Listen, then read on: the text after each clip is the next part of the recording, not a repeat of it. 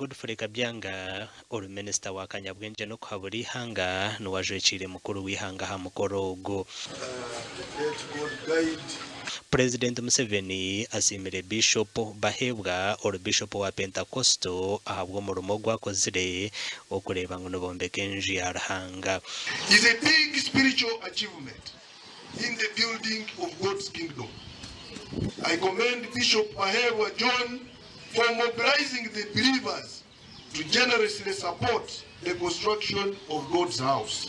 Mukuru W'eihanga ayonjire yasima makanisa gari hansi ya Pentecosto ahabwe nkwatanise ibine na government omukutungura embera y'abatura.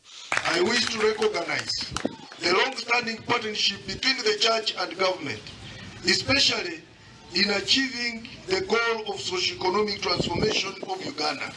Agarchire yashaba abicereza ko batahujero mu kuburira Rwenzori ngo nangwa bagire ndije merumo batandika yakubasa kubaletera hwentasya. All believers should take the example of Jesus Christ, who besides teaching, praying and fasting was also a carpenter.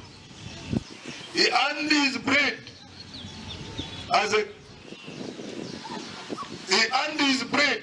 carpenter. John Bosco Bahebwa Bishop wa Pentecosto asimire government kandi yabashabo kubahereza itaka ero bakubasa kora project ezakubasa kubatungura nkekanisa. If we get enough land, we can put more projects like piggery, like goats, like cows, like whatever, so that we can plant plantation like maize and beans and whatever, so that our people, even our people in the church, which comes in the church, sometimes some people come in the church when he gets saved, but when the situation becomes worse, he can say, let me leave to get saved, now can go back to do bad things. Mukuru W'eihanga abaherize miliyoni 20 ngo bamaririze bwombeka bw'ekanaseji. Amakuru agagasha kwa Gilbert Muhanguzi.